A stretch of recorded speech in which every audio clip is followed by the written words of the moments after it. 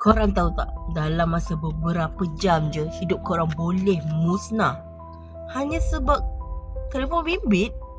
Apa yang lagi menakutkan, orang yang jumpa telefon korang tu bukannya nak pulangkan, tapi dia nak perhatikan geri korang dari telefon tu.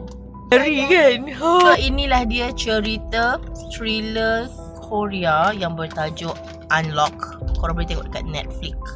Okay, so cerita dia bermula bila watak utama dia, perempuan ni, tertinggal telefon dalam bas.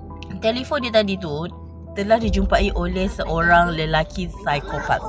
So sebelum lelaki ni pulangkan telefon tu pada perempuan tu balik, dia sempat pasang perisian dalam telefon perempuan tu untuk mengintip aktiviti perempuan tu.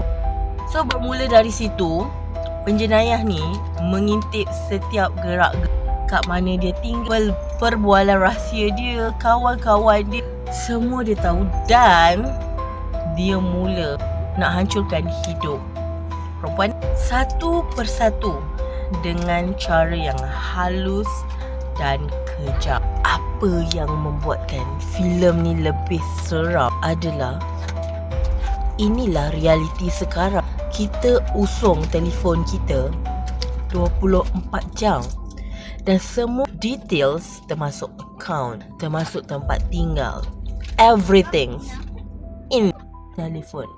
Betul tak? Semua rahsia kita ada dalam telefon. Lelaki psikopat dalam cerita ni memang gila.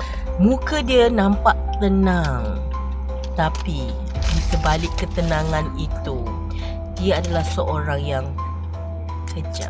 Korang akan rasa meremang bila tengok cara dia memanipulasikan mangsa dengan cara yang tersendiri. So, lepas korang tengok cerita ni, korang mesti akan paranoid nak letak telefon korang kat mana-mana. Filem ni memang best sebab jalan cerita dia laju. Lepas tu dia punya suspense tu daripada awal sampai ke So, cuba korang kongsikan, korang ada pengalaman tak hilang telefon? Kalau korang pernah hilang telefon kat mana-mana, cuba korang komen kat mana hilang telefon tu. So jangan lupa untuk follow Aisyah Hassan untuk filem-filem thriller yang lain. Okay korang, bye.